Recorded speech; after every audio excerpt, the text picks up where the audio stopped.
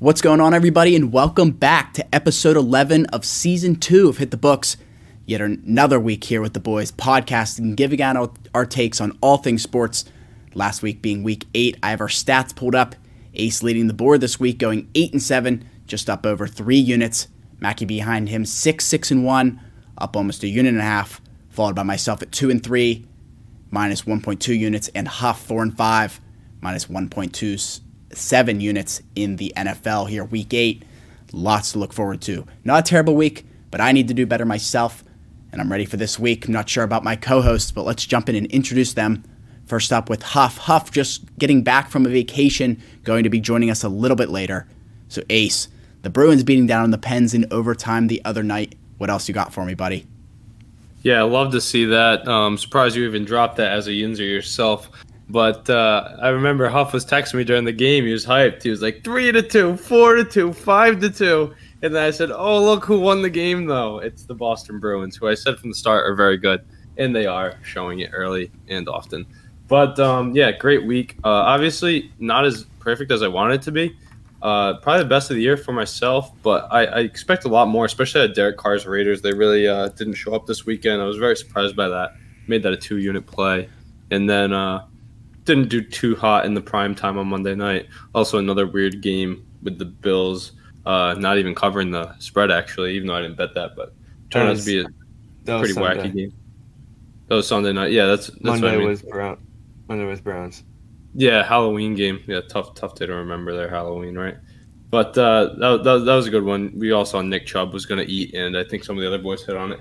But yeah, like I said, great week. Definitely want to keep building on it. I feel like the second half of the season so far, so weeks 5-3, I've been pretty hot, so I want to keep that rolling. Ready here this week. A lot of bye weeks, so a lot of interesting picks here. A lot of plays. Yeah, that's all I got. Good stuff, Ace. Yeah. Happy to see a good week here out of you. But like you said, let's pick it up. We all need to pick it up. Mackie, you're up next, buddy. You got a push here this week, 6-1. Nice to see you here, buddy. What do you got for me? Yeah, I finally had another positive week this week, getting back on track.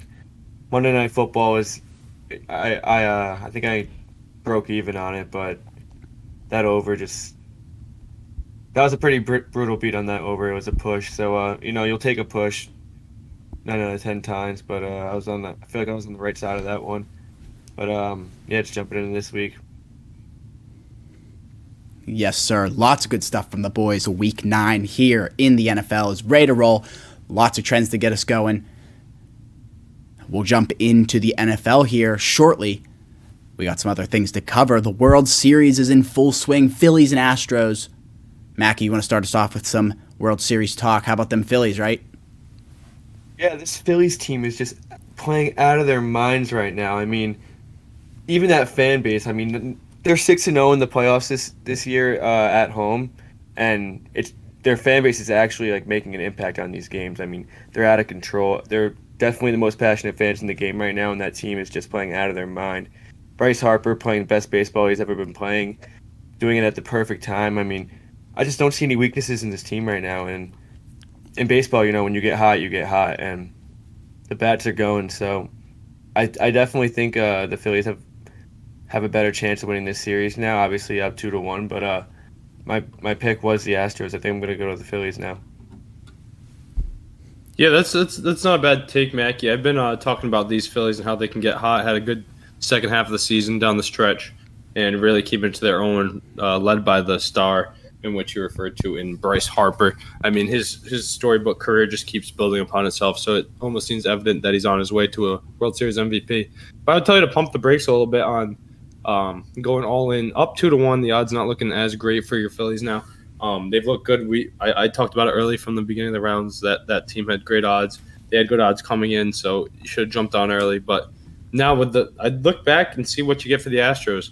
I mean, that's a great team. They're not going to go to sleep. A lot of experience on that roster. They've been there before, as we all know. Christian Javier going tonight. He's a pretty good pitcher, so hopefully he can have a better outing than Lance McCullers. A lot of people thought he was tipping his pitches, which kind of helped the Phillies tee off.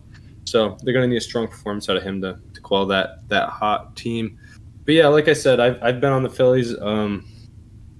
Still gonna ride with them here. I think they can close this out. I think they're due for one. Astros this isn't as meaningful, but like I said, odds are tough. So I'd wait and see after tonight's game. I mean, I feel like Astros battle proven team will look to try and tie the series up. So I like the Phillies to win the series, but I'd look for your best lines and times to do that.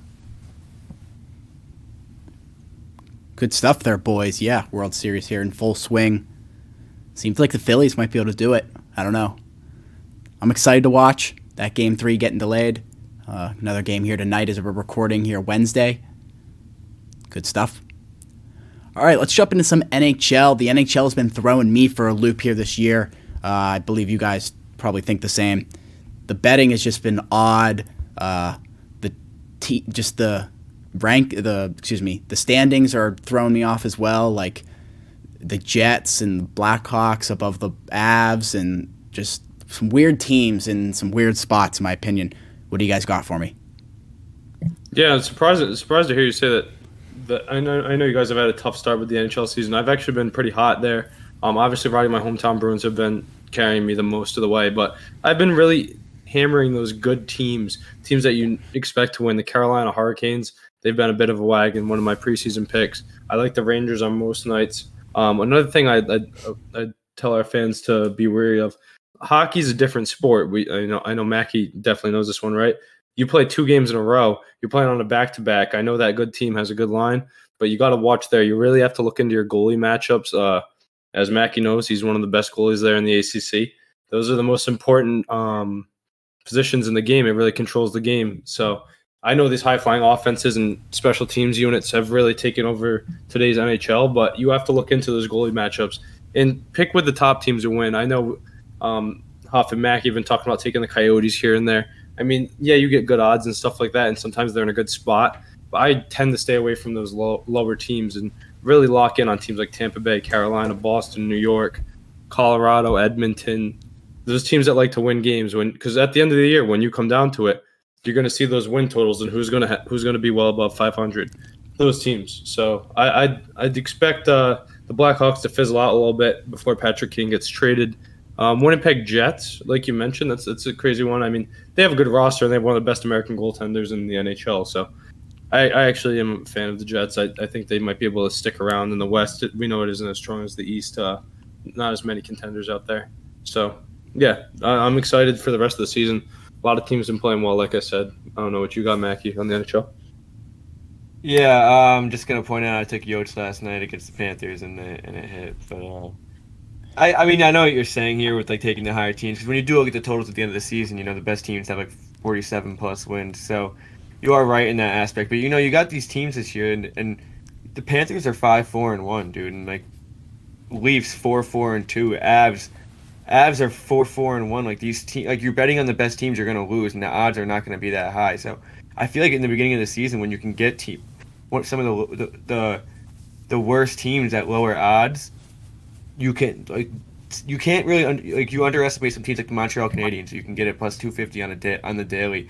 Who are, what are they sitting there at? 5-5. So I mean, you're better off taking them, where you can get them at plus, than taking the fat favorites who, you got to put $200 to win 100. Yeah, no, I definitely agree with you. The value is huge there. Like one thing, you're on Aaron's side of caution, because I do agree with you. Off my cards, I do sometimes take those dogs, but I really look into the matchups. I'm a big fan of home teams. I'm a big fan of goal and a half spreads on the right night with the right matchup and back-to-backs. Another wagon that I've been on, probably my favorite team in the West.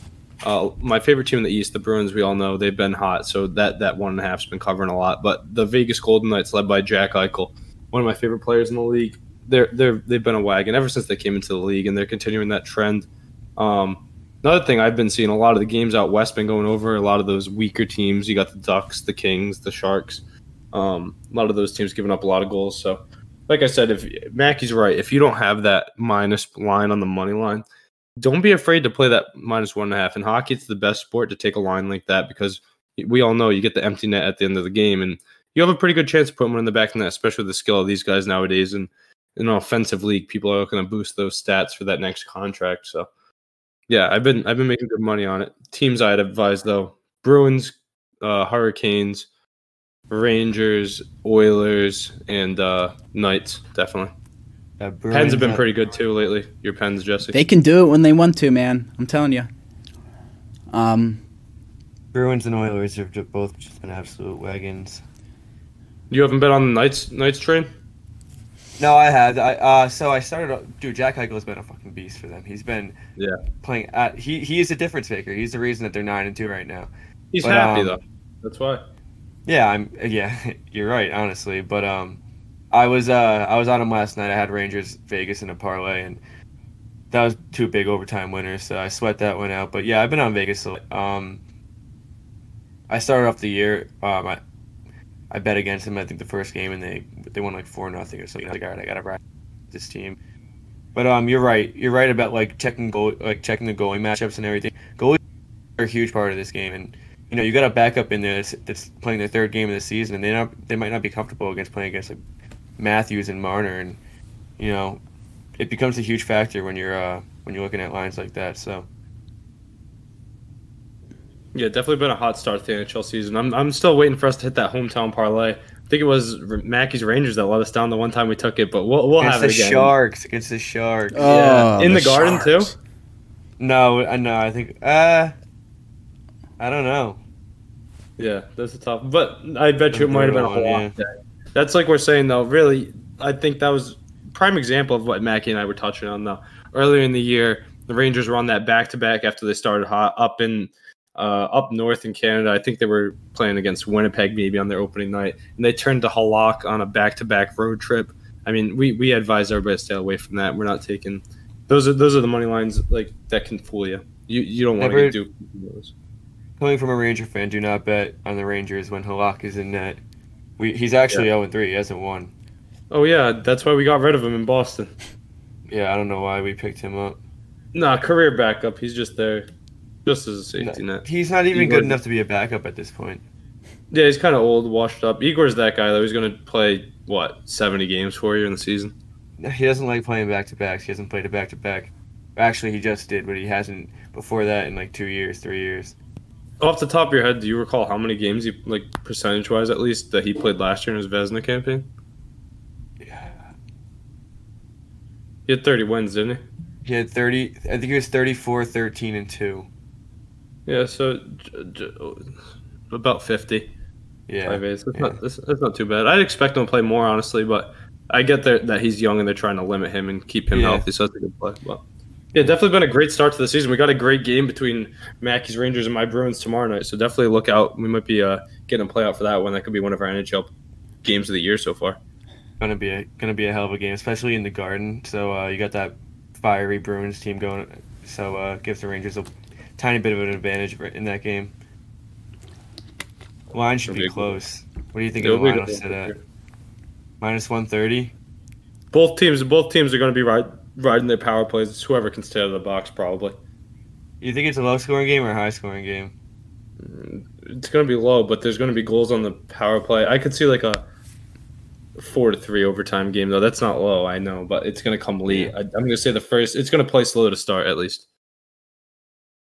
Yeah, it should be a good game. That is going to be a killer game. It's going to be a special teams unit. I think 2 of the top power play units in the league, those 2 teams. Definitely. Probably the top 2, other than Colorado, Edmonton. As in Edmonton. I don't know. They can compete. Yeah, it'll be fun to watch for sure. Maybe a playoff preview early on. The NHL's always got stuff going on. One of my favorites. Good stuff there. And with that, let's jump into a little NBA. I'm not too knowledgeable, but Celtics, I think moving their coach moving on. Ace, what else you got for us? Mackie, you as well. Yeah, first off, I know you were alluding to the Ime Udoka news. Huff was texting me about that a little bit. He was released before the season, so that's old news. Not even released really, but his position stripped. He was suspended. Yeah, suspended, position stripped for the season. Did you see what Marcus Smart said about it? Yeah, Marcus Smart didn't like that at all. Yeah, but I don't think the team was expecting him to leave. I think they were just waiting for him to come back. Yeah, no, the boys loved him. He coached Team USA. He rallied them around. That's why they brought him in, because he would be perfect for this group. And what was his suspension for again? Sexual allegations, I guess, is the best way to term it. Damn. Internal organization though. Yeah, it wasn't an NBA suspension. It was a Celtics suspension. Yeah, I think he was hooking up with like some guy's wife that was on the board, and she worked for the team too, something along those lines. But yeah, funny thing is, the Missoula, the coach who stepped up for him, is actually a Rhode Island guy. Went to Bishop Hendricken, probably one of the top private schools in the state. And then he went to West Virginia too, so that's pretty crazy. Not much coaching experience, but I think with that roster and in today's NBA, the coach doesn't matter as much as LeBron James has shown us. But just to go over the NBA a little bit, obviously the Bucks and Giannis starting off hot. They're leading the way in the East with Cleveland and Boston right behind. Boston we've been talking about, but Cleveland, all those offseason additions they made in Mobley and Allen, the pieces they already had there. I think a lot of people saw a big year coming from them. They started off hot, but I don't know if this will carry throughout, but they're definitely a playoff team down the stretch with that much talent. The net definitely surprising there. We saw their coach get fired. Like you were saying, Ime Udoka going there. That's going to be crazy. I mean, all the situations going on around him. Now you have him with Kyrie Irving, Kevin Durant, and Ben Simmons. I don't know if that's the best recipe, but he is a good coach, so maybe he can get it done. Out west, one of the big stories, obviously LeBron James and Russell Westbrook, Anthony Davis not really holding it down and doing much. A lot of people worried about that. Also, defending champions not starting off too hot. I think they'll bounce back for sure, but the Lakers are a team I'm definitely worried about. I don't know what you got, Mackie. Yeah, that Cavs team is definitely surprising a lot of people. And the one person you forgot to say was Donovan Mitchell on that team. So he's the real face around.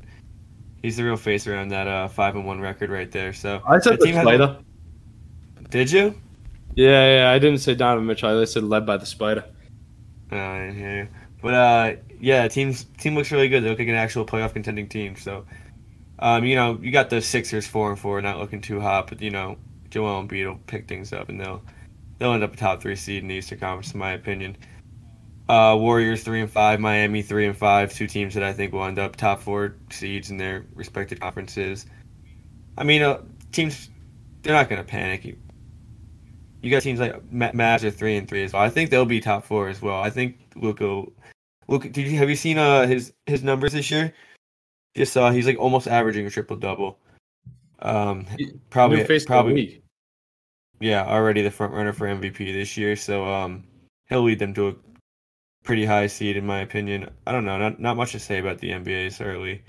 Did you know the Lakers are going to be this bad? I didn't think they were going to be this bad. Did you? No, but dude, they didn't do anything. Who'd they bring in? They don't have any cap to do anything. They have to move Russell Westbrook, which everybody talks about, but never actually happens. Yeah, he needs to go. His chemistry. But like you said, it's early in the season, so NBA. Even I know it's like a same length about as an NHL season, but NHL every game matters. The NBA they take games off. I mean, you can be they have 10 seeds to get to the playoffs now, 10 or 11 seeds. It's just soft, dude. It's so soft. Yeah, so it's so hard to even watch. Yeah, the early season NBA, everybody just feeling themselves out, getting loose. Definitely some good matchups though. I know the Celtics and Sixers, whenever they match up, I want to throw that one on. Jason Tatum still coming into his own, take over the league, and then you got the Phoenix Suns out west. They've been a force for the last 3 or 4 years now. So that's definitely. I think they're due. Devin Booker deserves his, right? They're not going to get it.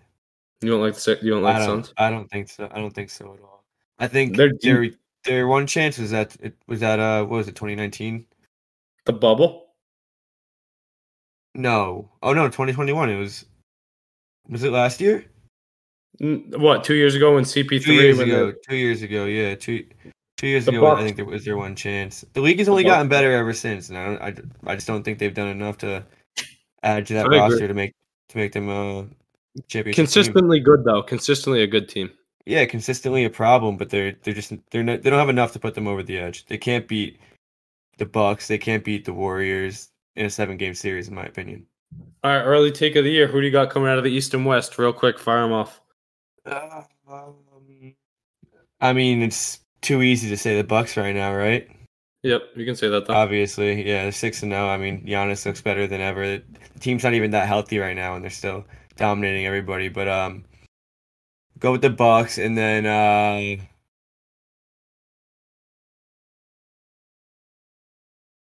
Dubs. Dubs going back to back. Yeah, they started off slow, like I said earlier, but I think they'll pick it up. Out Bias east, pick. I'll say bias pick, but it's Dubs. yeah, I'm a big Curry fan too. I just got his New Jersey, so I can see your reasoning behind that. If In not, the East, Mavs. yeah, I don't think they win yet, but the East, I like the Celtics. Obviously, I was going to say that because they're biased, but that team, they were just in the finals last year and they added to that roster, so I don't see how they have a problem. Obviously, you have the sleeper Nets. I'm never going to sleep on them. I feel like everybody does. They started out slow, like the Dubs. I think they have a similar record, but there's so much talent. That's a team you don't want to see in the playoffs. So that's a sleeper pick. I'm going Celtics, sleeper Nets, and then out west, I do like the Suns a bit, but that's a tough call. What if Damian Lillard finally gets a ring out there? I don't think so, but Come on. that'd be pretty cool. That's my boy too. But I'll go Suns. I'll go with the Suns. I think they do get over the hump. They're battle tested, and they're going to get one eventually, I think, in the next 3 to 5 years. I don't think the Nets have it in them, but I obviously see why you're picking them up too. Obviously, great value too, honestly. If you're ever looking at futures, they always have great value with a lot of talent. Are they even a good value? I feel like they're always just boosted. Last year, I'm going off of last year. They came in as like a play-in seed or like a 7 seed or something. Their odds aren't as good as like and got swept. Yeah. Oh yeah, by the Celtics, who went to the finals though. I love the Celtics, dude. I love that team. Yeah, that Tatum and Brown are gonna get one. Is this the year? I mean, they added. Yeah. They don't even have Rob Williams back yet. He's one of the best players on the team. I think last year was the year, honestly. See, dude, Nets are plus 850 to win the championship right now. They have the 5th best odds to win the championship. They're 2-7 or whatever they are. Yeah, but that's. I mean, the Warriors are probably up there too with a low record. I'm saying last year to be like going into the playoffs though. A few weeks before they were on the fringe of getting in. So watch that team down the stretch because if they do get in, which they probably will, you can get good value on a good team. I just don't think they have it in them this year. I just don't think they have nothing really around them either. I mean, Ben Simmons, he still looks like shit. He still looks like he's playing with zero confidence. I just don't think, dude. The game of basketball, in 2018, LeBron James was single-handedly able to bring them to the finals, the Cavs to the finals. You cannot do that in this day and age. I really think the game has developed that much in the last 4 years, where you can't.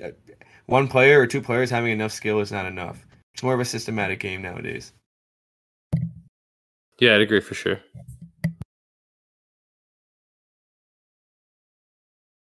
Good stuff out of the NBA, boys. Love hearing your takes and such. Let's try to get some plays out here soon.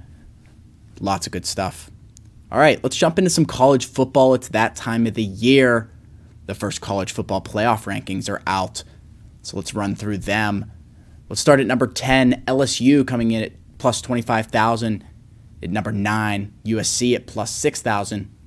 Number 8, Oregon at plus 4,000. 7, TCU at plus 8,000. Number 6, Alabama, plus 300. At number 5, Michigan at plus 1,600. And going into our top 4, fourth, we have Clemson at plus 1,600. Georgia at plus 200. Ohio State at plus 200. And at number 1, Tennessee at plus 1,000. Mackie, what do you think about those college football playoff rankings? What were those odds? Those odds were to win the national championship? Correct. The number 1 seeds plus 1,000. Huff actually said something to me yesterday that made me think about it a lot. They put Tennessee at 1 because they think that Georgia is going to slaughter them this week so that they can drop Tennessee only down only 3, though. So if they were at 3, you'd be out of the top 4. If you're 1 and you lose, you could be the 4th, which made a lot of sense to me. But I actually really like this Tennessee team. I think they're really good. I think they showed that against Bama, a healthy Bama team with Bryce Young. I don't know if he was 100%, but he looked pretty 100%. They kind of tormented them in the first half and let Bama get back into it. But essentially, I think the better team won that football game, and I think that they have a chance to beat Georgia this week as well. I know it's in Georgia, so it's a little different. They got the chance to play Alabama at home, so they had that crowd atmosphere in their favor. But I think they have a chance to beat Georgia as well this week, and I think this team could go undefeated and end up winning a national championship. This team's giving me a lot of vibes that LSU did in 2019. and I think it's relatively the same thing. So I think plus 1,000 odds to win the national championship for this team is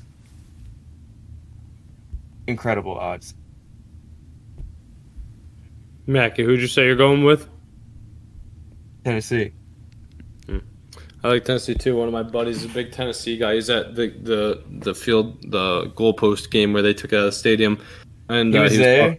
yeah. He was talking him up this weekend too.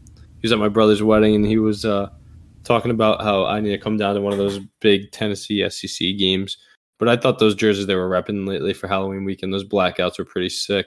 Definitely a good team, and they're an SEC proven team. You know, they have big wins. They've beaten some of the top contenders, and Georgia's standing in the way. Though I'm big on Georgia. I mean, from the start, I thought they were going to go back to back, but like, So did I, to be honest. But it's tough to call out a front runner, though. I don't want to be that guy, but I think Georgia doesn't look as good as I thought they were going to. they still like. I don't even think they're playing their best football though.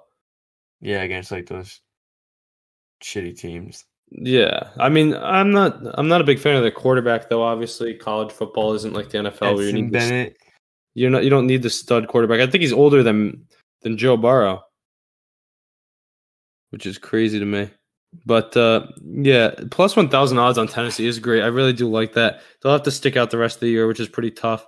So yeah, I'm my money would be on Georgia for sure.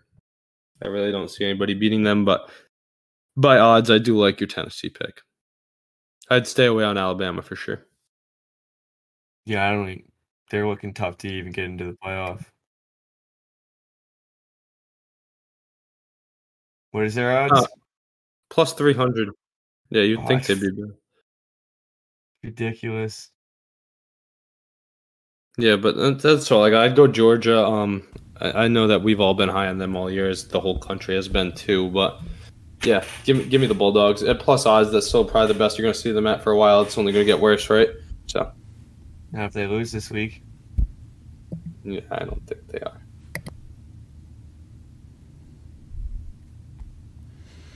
All right, good stuff, boys. I got a little trend here out of the Maction games that the over is 58, 26, and 3 in Maction games since 2017. So those games played on Monday, Tuesday, Wednesday, hitting the over most of the time. So pretty interesting trend there. I did not know that. All right, I think that is going to wrap up all our other talk. Let's jump into Week 9 of the NFL. We are ready. And the teams we got on bye weeks this week are the Browns, the Cowboys, the Broncos, the Giants, the Steelers, and the 49ers. So Mackie is sadly unable to watch his Giants play, as well as Huff and I are unable to watch our Steelers get their job done. But with that, let's jump into this Thursday night football game. Before we jump into our games, I want to run through some quick trends that I got overall for this year and this week. Here's some quick stats looking back to the public's 2021-2022 record against the spread. They went 5-11 against the spread in Week 1. The worst week was Week 1. And the first winning week against the spread didn't come until Week 4, going 10-6 against the spread that week. And the best week overall was Week 14, going 12-2 against the spread. Again, this is stats from last year. But some overall stuff for this year, our favorites are 9-5. In Week 8 straight up, in 6-7-1 against the spread. Unders went 7-6 on Sunday, despite it seeming like a high-scoring Sunday. Along with that, favorites are 72-47-1 straight up this year. Underdogs are 66-50-4.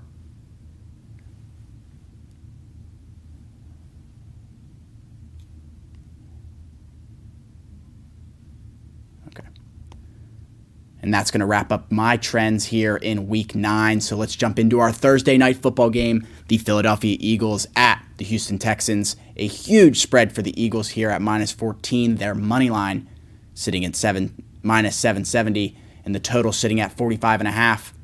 The trends I got for this one are that Philadelphia is 7-0 for just the second time in franchise history.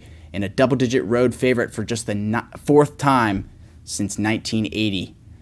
And before you run out and bet that -14 at Houston with this trend, knowing that Philly is 0-3 against the spread in those 3 other games, losing the last 2 outright.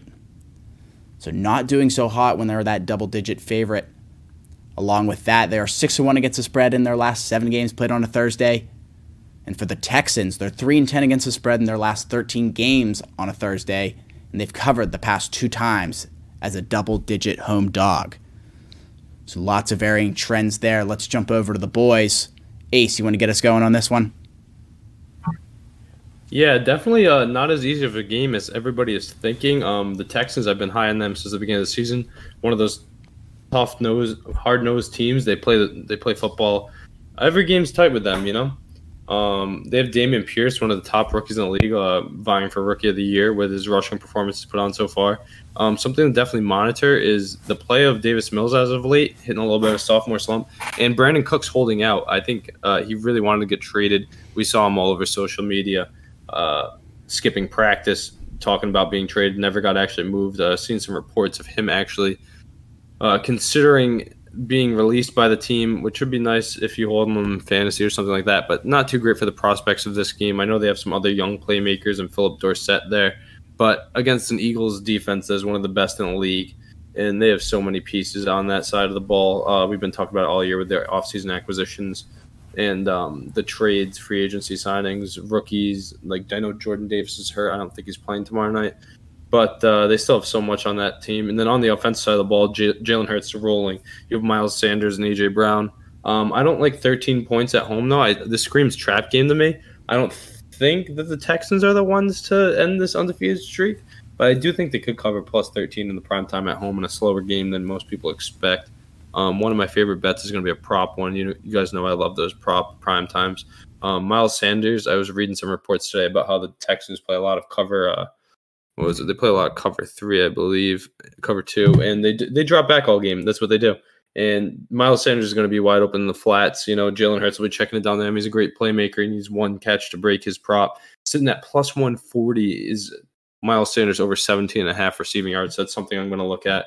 And then for touchdown props, I still like Jalen Hurts to get in the prime time, and I do like A.J. Brown after his 4 touchdown performance. I don't really know who can cover him on the other side of the ball. He used to torch this team as a member of the Titans, and now he gets to do it again as a member of the Eagles with his boys. So, I'm going to be looking props here.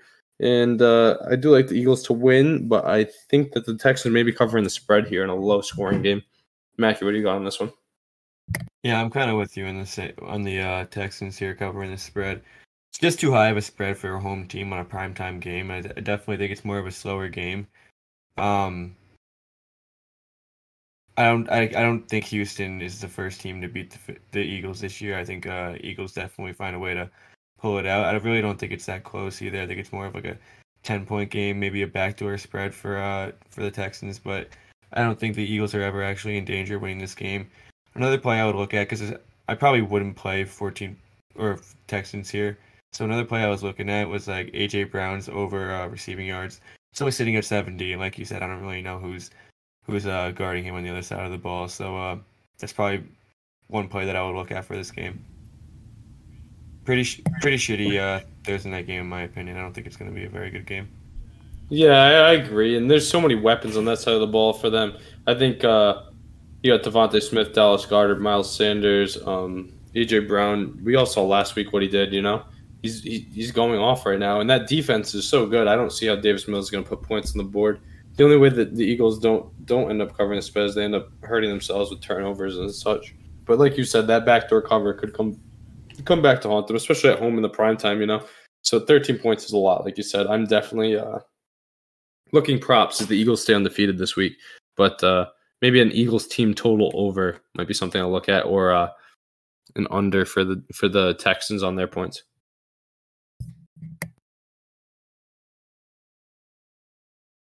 I like it. I think we're on the same side here.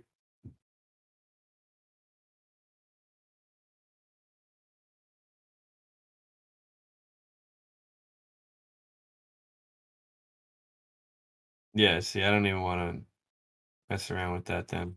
That scares Mackie right away. But I figured that coming out. Even my Phillies boys were nervous of it. So it could be a trap game, but I just don't think the Texans have enough to pull out a win. But to cover it, any team in the NFL can do that at home in the prime time.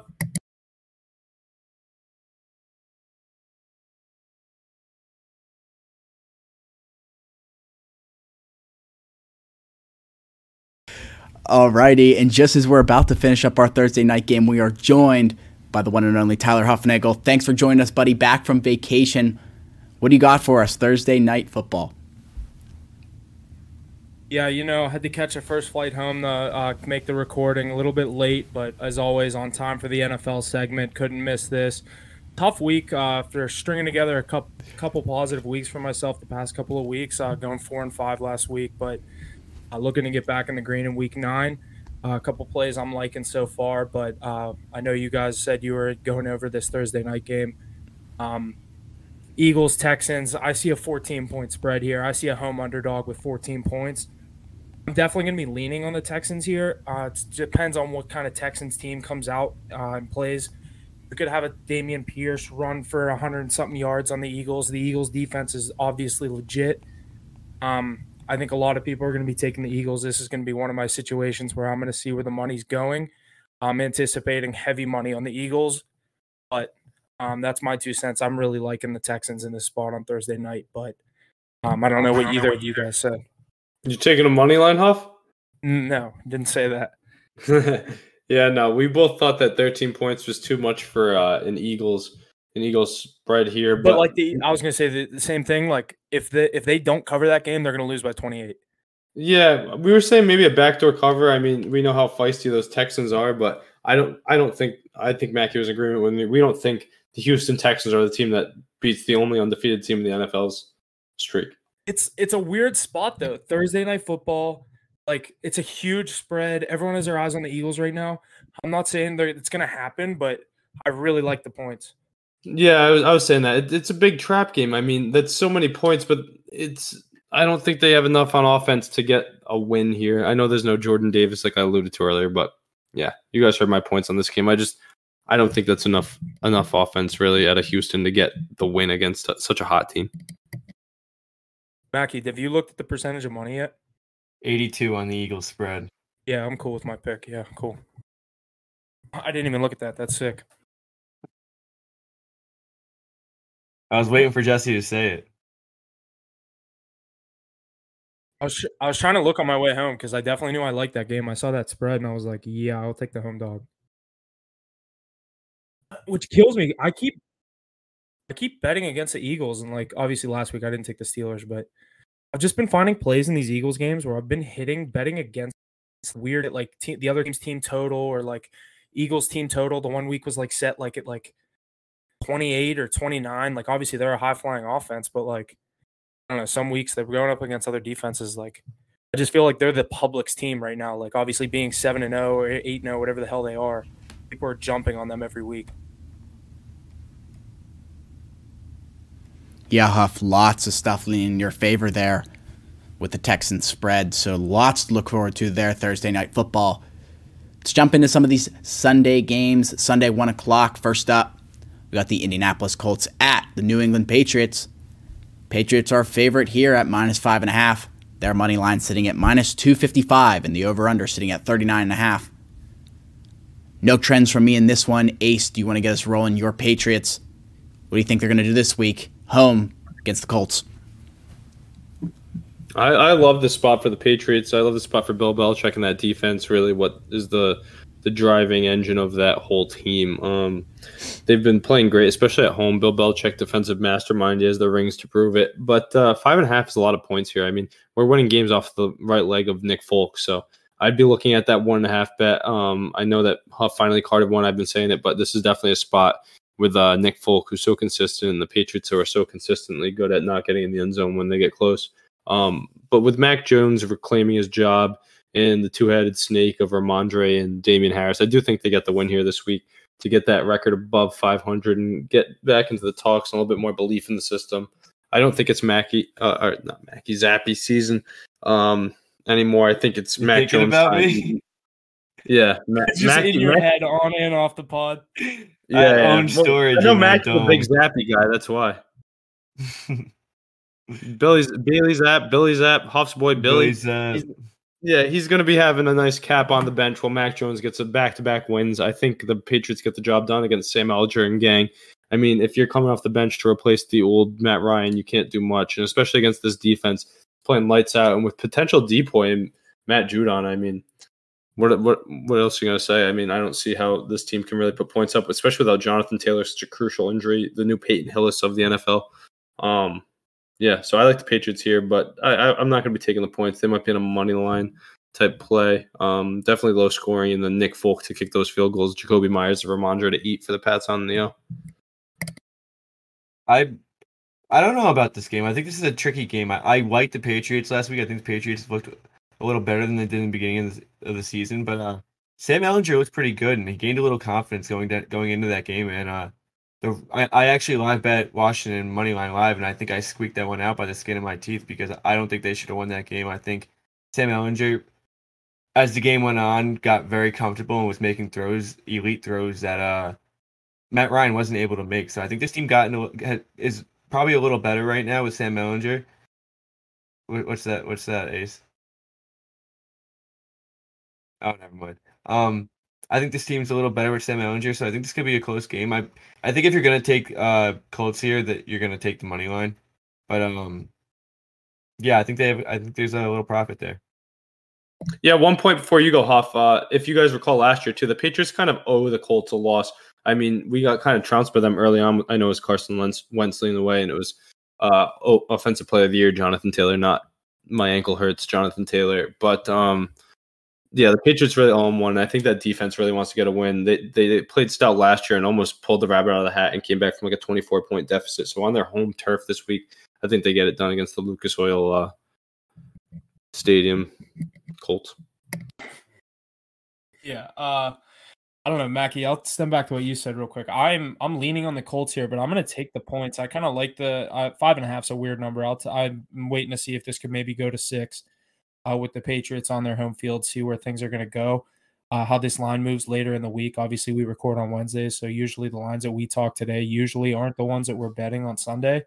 But if I could get a 6.5 point line here with the Colts, and then to stem into what Ace said, I don't necessarily love the Colts to win this game. I'll take the points if they win it, they win it. I miss out on an extra unit, but I could see Belichick scheming this game and kind of like what Ace said, just Ramondre Stevenson handling this game, and I think he's kind of taken over as your number one running back in my opinion, and he's definitely stepped up into that role. Having stringing together a couple of really good games for the Patriots over the past couple of weeks. Big win last week in a divisional game against the Jets, who looked like. Obviously the real Zach Wilson kind of showed up in that game, throwing 3 interceptions, 3 pretty bad interceptions, if you ask me. And I've been pretty high on that Jets team all year. But it looks like they've come back to earth, and same with the other New York team, the Giants. But just to stem back to this game, I'm definitely going to lean on the Colts here. I don't know if I'll be carding it, but I like the Colts +6. Yeah, what was I going to say there, Huff? Zach Wilson really looked like Sam Darnold there seeing ghosts on Halloween weekend. Dude, the one where he just threw the ball, who was the Patriots defender that was just standing there? He was like, did he actually just throw that to me? Devin McCourty. I don't know what you're talking about. The one where he threw it out of bounds, he threw it to nobody, right to Devin McCourty? Yeah, right to Devin McCourty. That's who it was. Devin McCourty, get right game for him there. 2 interceptions against the division rival where we just little brother the Jets once again.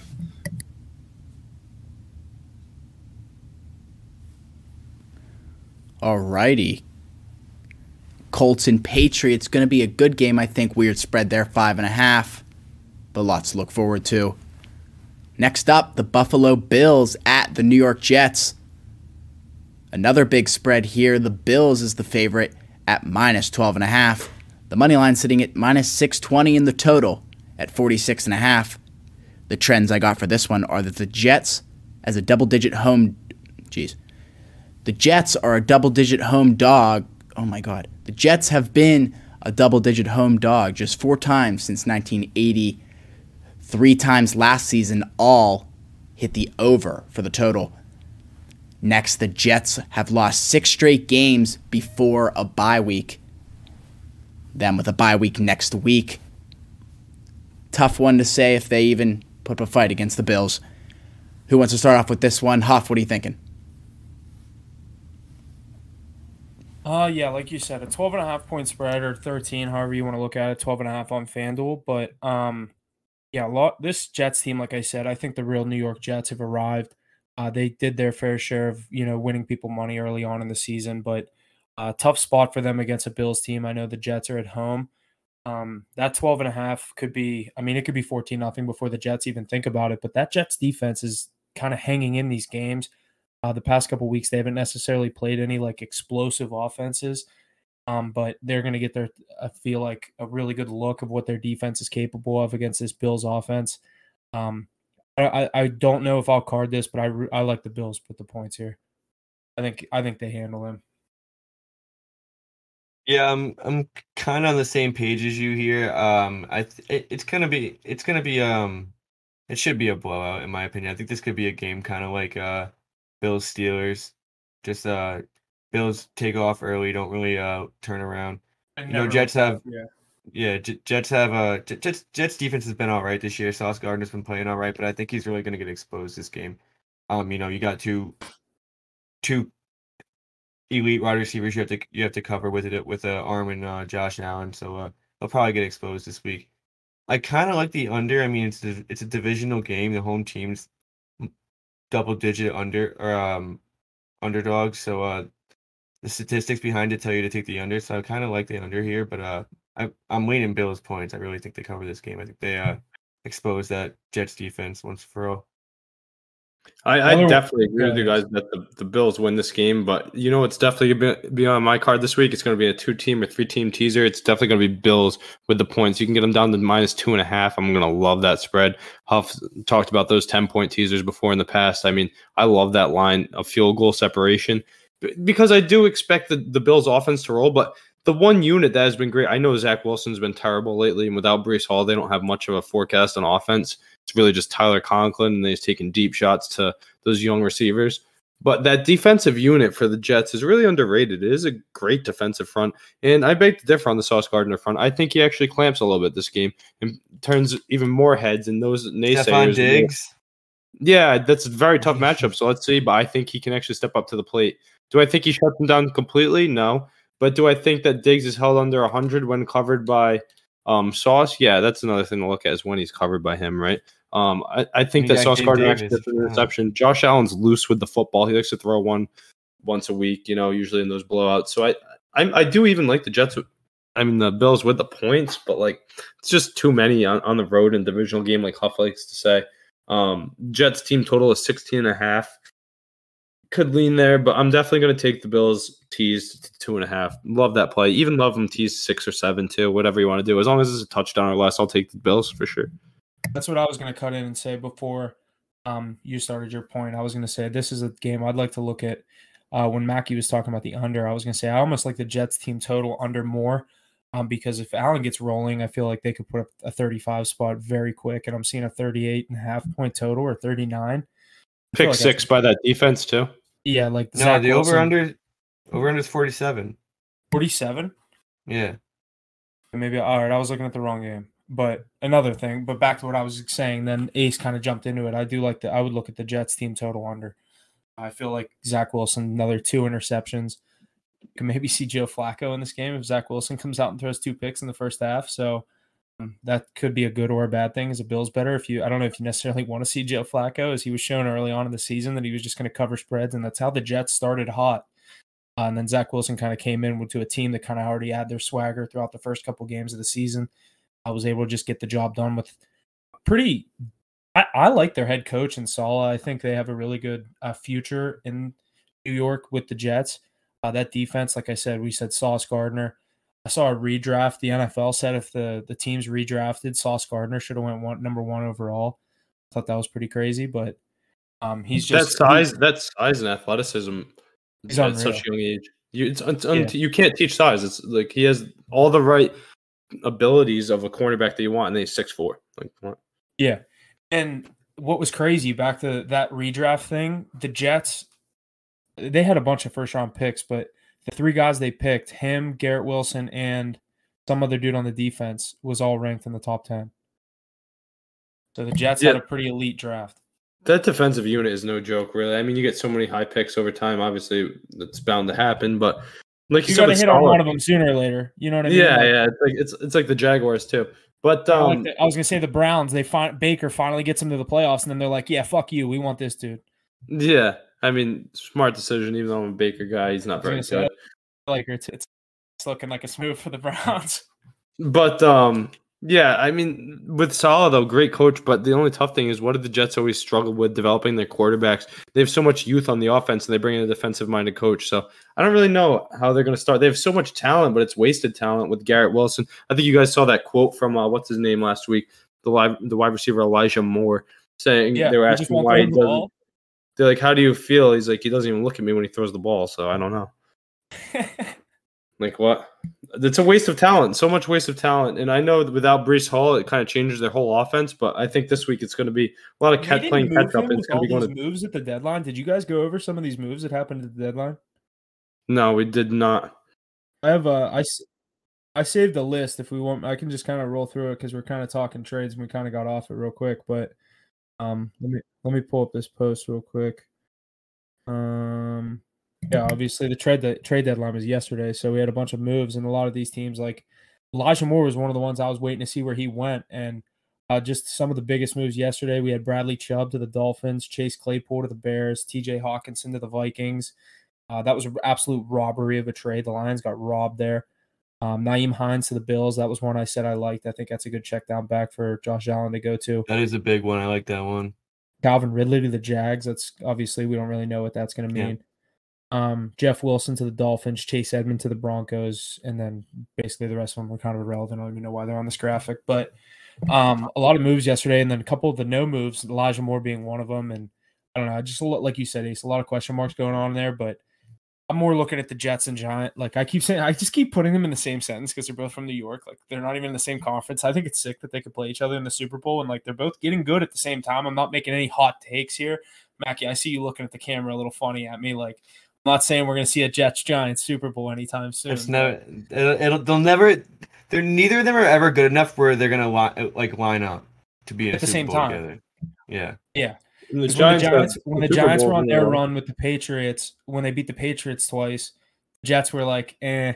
And then the Giants cooled off, and that's when the Jets went to the AFC Championship, right? Jets win. That was a fluke year for the Jets. That was. No, dude, Mark Sanchez was a dog. The Jets went all in on that team. That was the expectation. What'd you say? The Sanchez, they were built off of their defense, though. Like I said, if you can own the trenches, you can win any game. Yeah, they had that was like.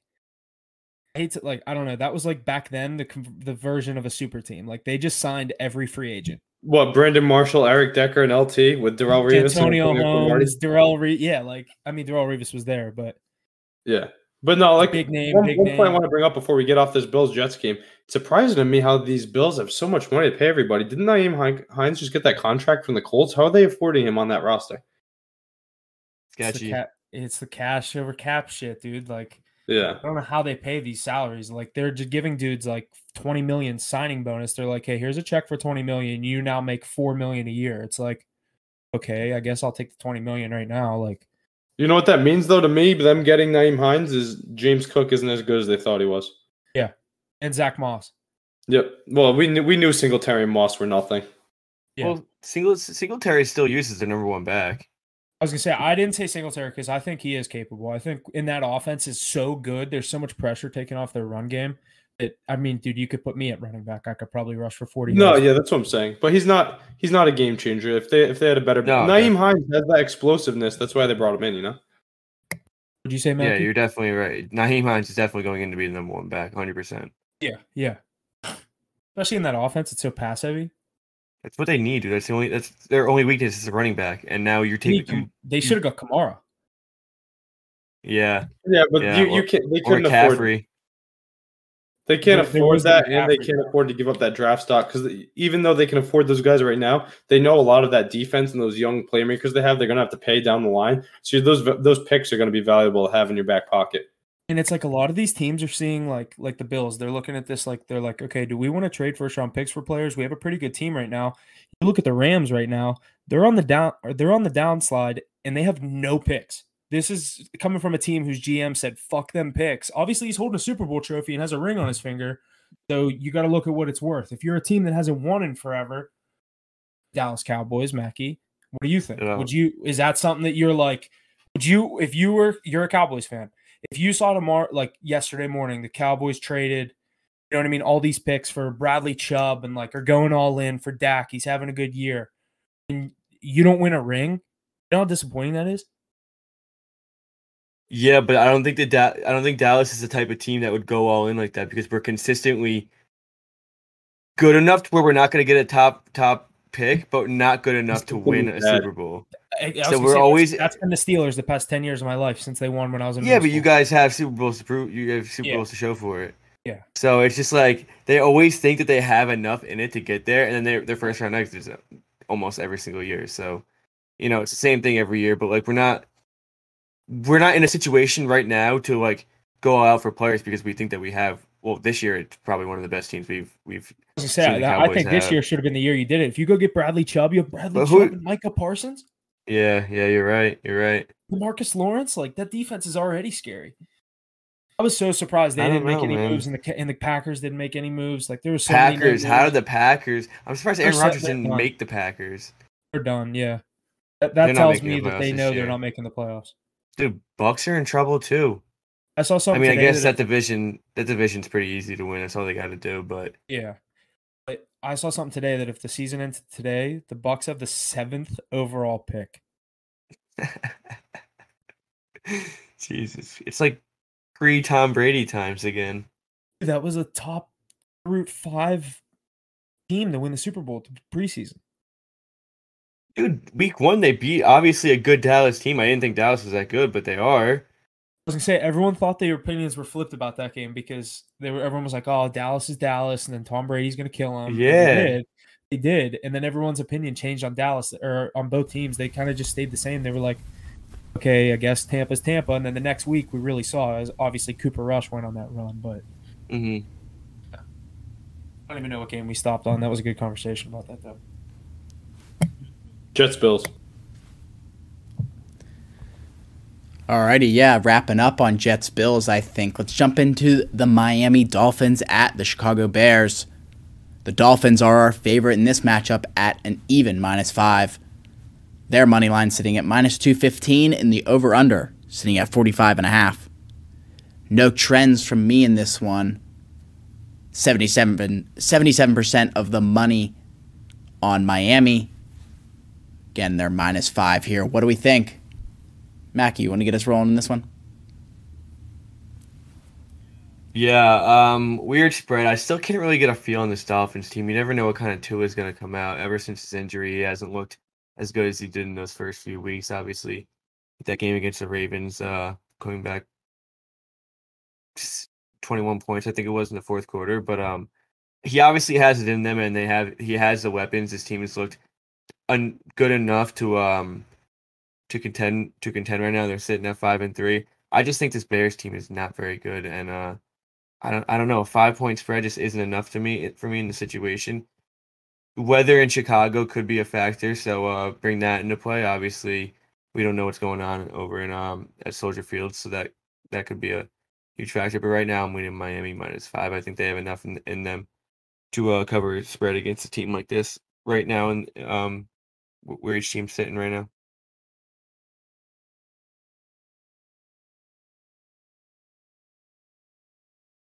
Yeah, like I said with that Dolphins team, I mean, I know that it's been a tough team to read, especially with the injury to Tua, so they haven't really been able to get into their own flow.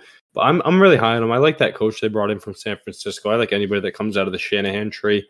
5 points, I don't mind that spread too much.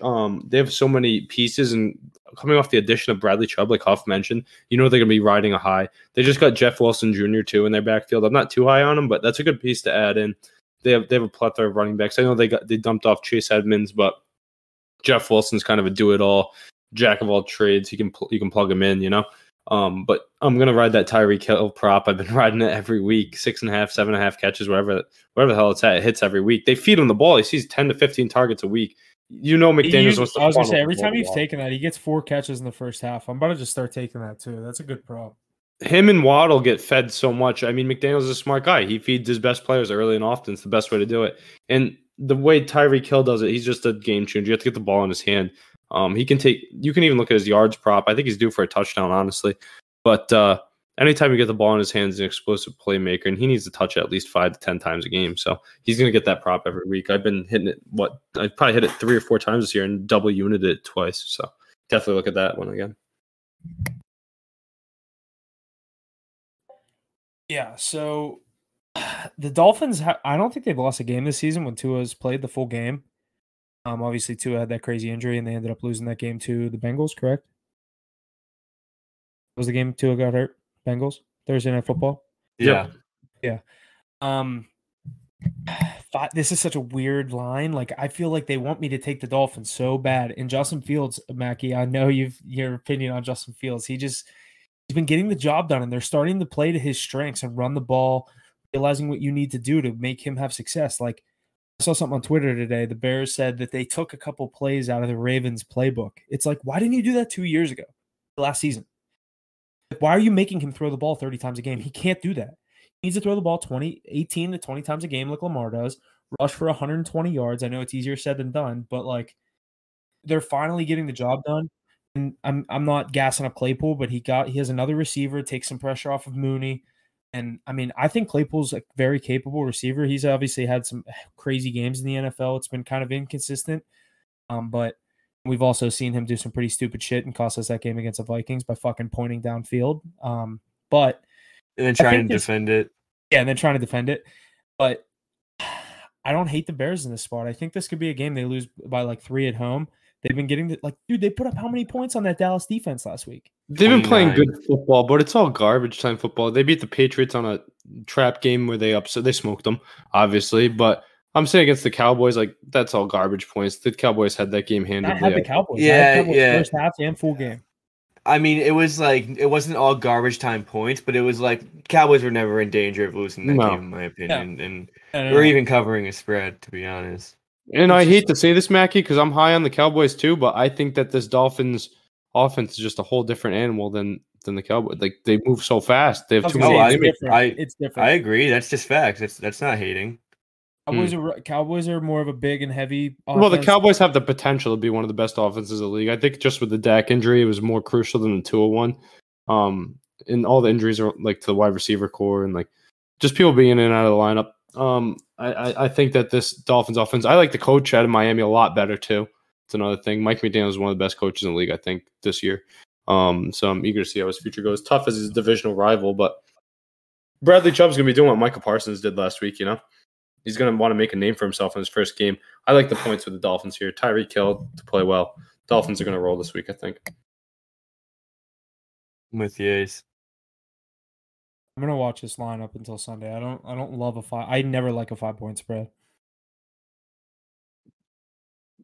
Like, why isn't it 6? Why isn't it 4? That's what I mean. Like, what the hell's 5? When does a team win by 5? It happens. When the spread's 5, it hits 5.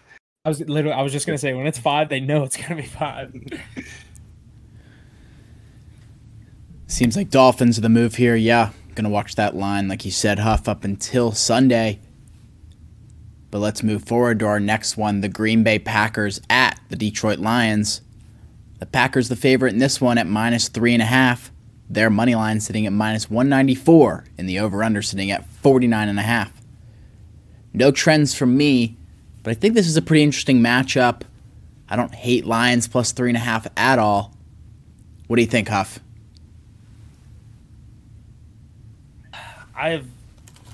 My opinion on the Packers has changed so many times throughout this season. Early on, obviously going into the season, I picked them to win the NFC North. It's looking like they're not going to make the playoffs. And if they lose this game as a divisional matchup in Detroit, a team that they have historically walked over the past couple seasons with Aaron Rodgers or in their tenure with Rodgers, a 3.5-point underdog for Detroit. I don't know. I don't love the Lions here.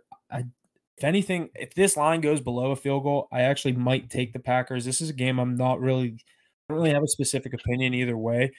But I do like the over-under.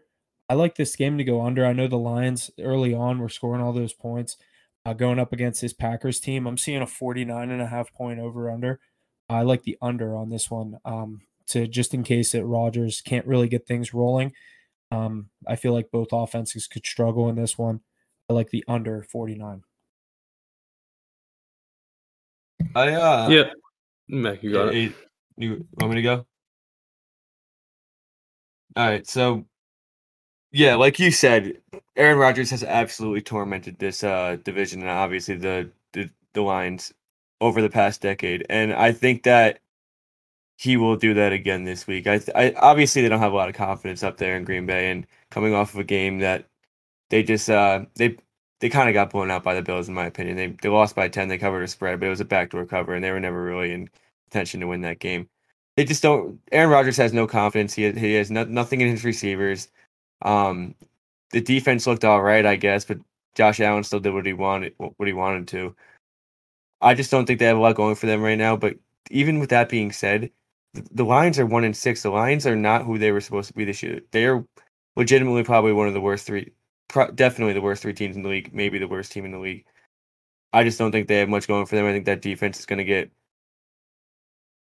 picked apart. I think Aaron Rodgers is going to do whatever he wants because he still owns the Bears and the Lions, in my opinion. Vikings maybe not so much, but he'll do what he wants to, and I think he'll cover a spread here, in my opinion. Yeah, I don't know. It's a tough call. I mean, the Packers got to get back on track at some point, right? Like you would think. I mean, we've been saying this about the Bucs all season, dude. Huh? We've been saying the same thing about the Bucs all season. Two old quarterbacks. I know. Well, here's the difference. I know the Bucs are going to get on track just because their division's so bad. The Packers have the Vikings in their division, so I don't know if they will. Which is good for me because at the beginning of the year I was high on the Vikings. Remember, I was saying I got them at very good odds to win that division. They're sitting 5-1. I know it's still really early, but I think that this defense is just too much for Jared Goff. He's not that good, right? Like he's still Jared Goff, and the injuries to their running backs, they've been in and out of lineup with Williams and Swift. Big Swift guy. I don't know. I like the Packers in this spot. You said the spread was what again? 3.5. Yeah, I'm gonna take that half point and take the Packers in Lambeau to get back, or they're not in Lambeau, but take the Packers to get back to 4-5. I like Rodgers in this spot. I think it's a get right game for him. That's like one of the worst ranked defenses in the league. So I think he gets Lazard back this week too, which is pretty big. So I like the Packers to cover 3 here. Definitely going to take that line, I think. What do you think on the over/under? Since neither of you said anything. It's so hard. I like a Packers team total over. You'd like a Packers team total over, you said, Ace? Yeah, it's just weird because with the Lions, like they have the potential to put up points, especially with everybody healthy. It's weird they got rid of Hawkinson too, so that's something that's interesting. I think this is a big game for the Packers defense coming off a game for the Bills. So I think that's why the Lions could struggle, and if they do, like I said, if Rodgers also struggles, I'm like, fuck, I don't want to be on either side of this game. So yeah, I just want to root for no points. I'm going to stay away from the points, but I don't think the Lions really struggled with the Patriots defense. And I think the Packers defense is kind of built similarly. So I don't think they're going to have many points there. But then again, they can pop. We've seen them do it all year. But I do think that the Packers win this game by 3 points or more. Big divisional game. Aaron Rodgers has been there and done that. In a tight one, I definitely want Rodgers against a weak defense versus Goff against this tough defense. Yeah, he's done this too many times. With Lazard back, he actually gets one of his boys too. So you have Lazard, you have Jones, Dillon, Tanyan. Randall Cobb's still out, I think. Yeah, and Christian Watson's banged up, but they have Sammy Watkins back. He didn't do much, but he's a good 3 behind Dobbs and Lazard with Tanyan. He's someone that Aaron Rodgers can trust to throw the ball to, and that'll catch it. I was literally just going to say those exact words. That's his biggest. Yeah, Lazard, Watkins, they're just 2 veterans that you can trust that will catch the ball, and that's his biggest thing right now. So might look at a Lazard touchdown this week in his first game back in a while. He does not like that Watson kid. Christian Watson? No, because he drops the ball. He drops the ball. They scheme him the ball with the end arounds and stuff like that. Did you guys see that catch by that Dobbs guy, whatever the fuck his name is? Romeo Dobbs. A lot of people were high on him coming into the year. He's a big guy with speed. Dude, that catch, he's got hands too. Watson, yeah, I like the Packers here getting 3 points for sure. Definitely like that. Love that this week, actually.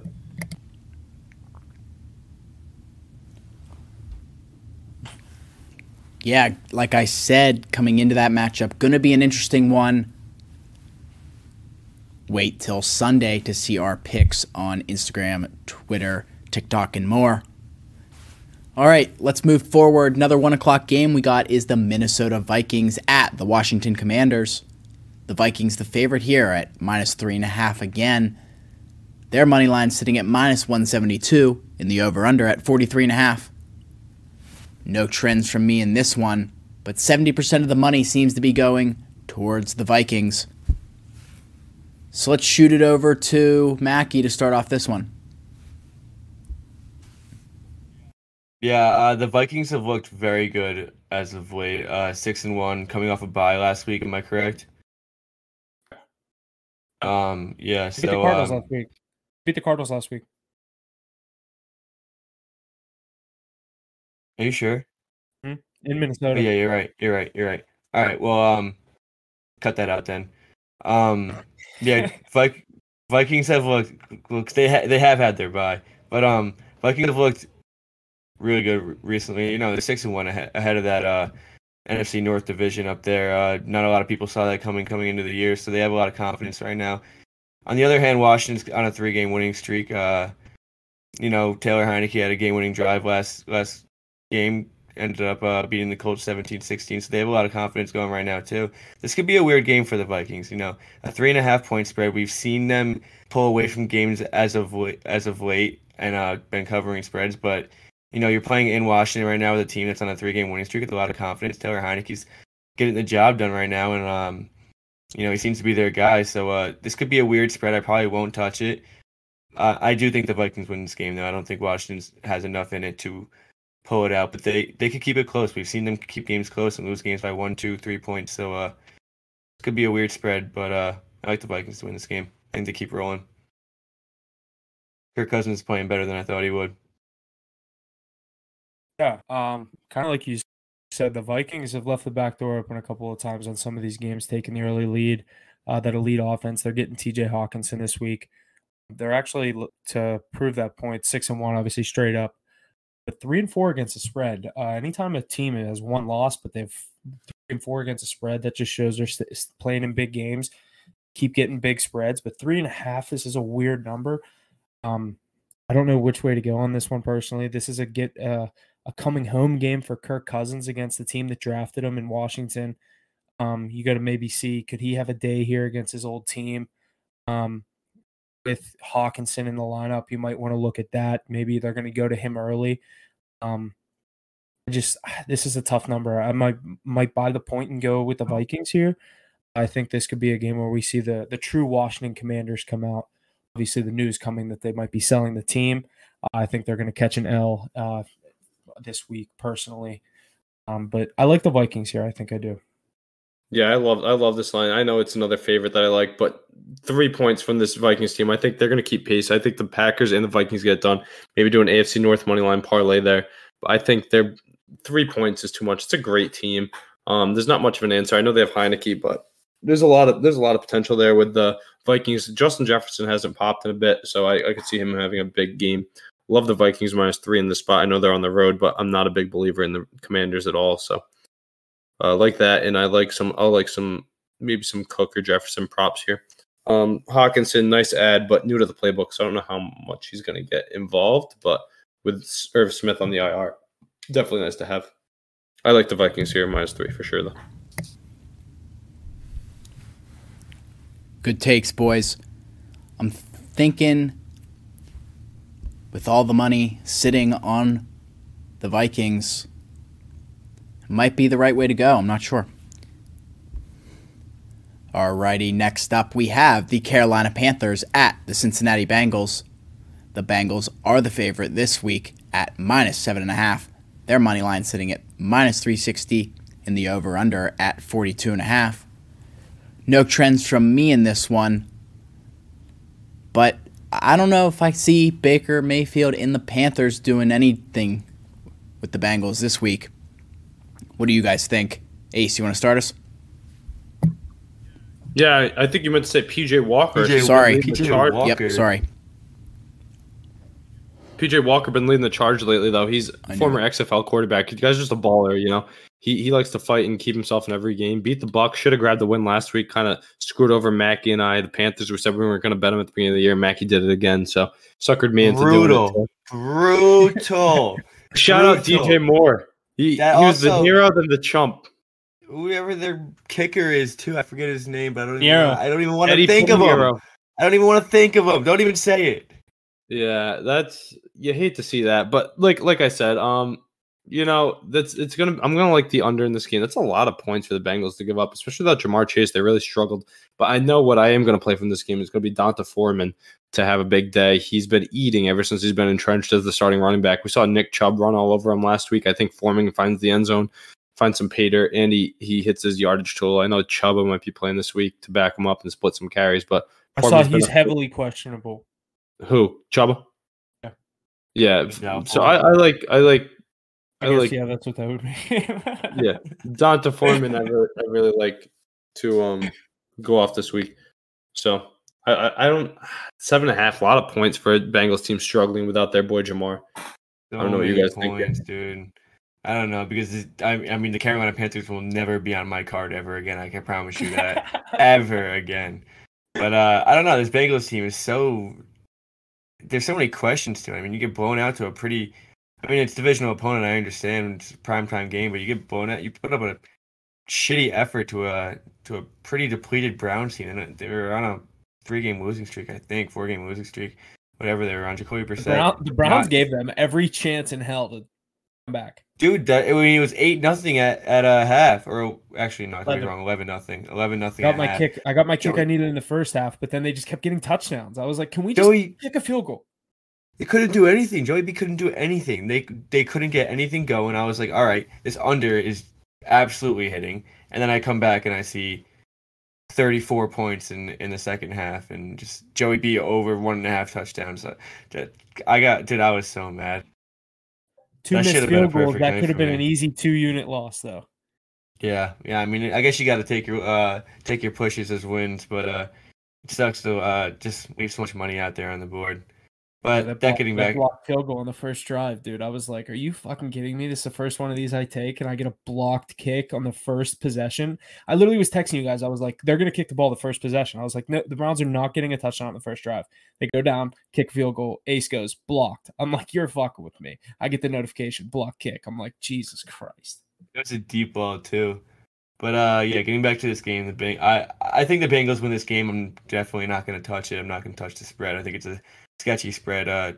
Too many points for a team that hasn't improved much this year. So just for the sake of conversation, I'll say Bengals win this game, but I don't have a play on the line at all. I don't like this game at all. Yeah. Bengals, like you said, we don't really need to get too much into that Browns game. Looked like shit last week. Coming home against an inferior Panthers team, getting 7.5 points. I don't necessarily like that. This is one of the games I might be looking at my first half total. Maybe Panthers start this game slow. Bengals start this game slow. Things get rolling in the second half. Both of these teams have shown that they put up the points in the second half. First half is sitting at under 21.5. That could be something that I'm looking at. Maybe like a 10-3, 10-7 first half. But like you said, Mackie, I think I also maybe would look at the Bengals in the first half. I think this could be a get right game for the Bengals. We've shown them start the season slow, back on everyone's radar with a couple of big wins, and now kind of struggling last week, like we said. I think they could come home and pretty handily take care of the Panthers, but I don't love that 7.5. I think they could backdoor cover that, but we also know that the Panthers kicker can't make shit. So you might want to be able to look at that. I do like the Bengals to win this game. 7.5 is tough. This could be prime teaser opportunity. Get them down to a 0.5-point money line. Might be a good one to add there with the Eagles, like Ace was saying earlier in the episode before you got on, Huff. Or maybe right after you got on. I didn't hear that. Couldn't remember. Yeah, definitely add in I was saying the Eagles and a teaser would be a nice thing to add. Eagles and who did I say earlier that I really liked in the tease? I think it was the Bills. The Bills is who we loved in the tease. That's right. Okay. Big spreads are scary to tease sometimes. You're like, I should be getting points here, but you're like -4. I'm like, ugh. Aren't the Eagles -14? Eagles -12, I believe. I saw 14 on FanDuel. That's scary if you do it on FanDuel. Yeah, I saw 13 and a half. Because you get 10, do you think? I mean, Texans could easily lose by 24. Yeah. Bills are my favorite tease play so far that we've looked at. Yeah, I like the Bengals in this spot to come back home and get right. Yeah, they don't still have Jamar Chase, but Higgins last week, obviously on Monday night, had a big game. Second half, catching that big touchdown pass to fuck Mackey on the over 1.5, under 1.5 passing touchdowns for Burrow. I was looking so good. When they were down that big, you knew they were going to just start slinging it. I didn't think he was going to get, dude. No, because I got to watch the first half and I had to get on the ice side. And I get out of practice. I'm like expecting to see 3-0 up 4 units, dude. And I'm looking at 1-0-1. I don't even think I was up a unit. Didn't even move. Yeah, 1-1-1. Don't even think I was up a unit or up anything. So it was definitely disappointing to come out to. I hate when that happens because I'm like, whenever I watch a game, nothing like this happens, and then I go on the ice for an hour and 1,000 people score, 3 people get shot, and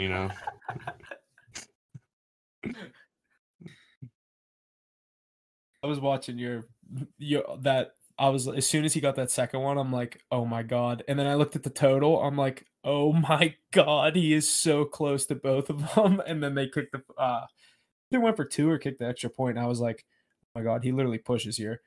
Then no one scored again. I was like, dude, he literally just went 1-1-1, no unit movement on a double unit play too. I was so confident on that over under too. Like I said, 2 missed field goals there. Like you said, you got to take your pushes as wins sometimes. Yeah.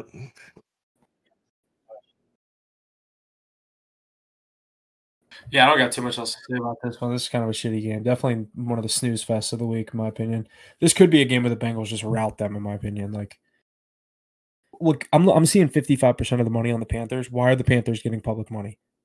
I don't know what bozos have bet on this team. I wouldn't bet. Yeah, too many points for the Bengals. I think they have a good week, but they struggled without Jamar. I think they win by like 3 games, maybe. Maybe McPherson gets right and kicks some through for himself, but I'm definitely staying away from this one. Maybe Donta Foreman is one we'll look at, though. Like you said, Huff, I think it's going to be the snooze fest of the week. Not too excited about that one. But I am a little excited about this next one, the LA Chargers at the Atlanta Falcons. The Chargers the favorite in this one at -3. Their money line is sitting at -166, and the over-under sitting at 49.5. No trends from me in this one, but the Falcons getting points here at home, +3. I don't hate them. I know the Chargers, not a bad team, but given the Falcons points, kind of like. What do you guys think? Mackie, you want to start us? Yeah, 1 second. My bad. Somebody else start this one.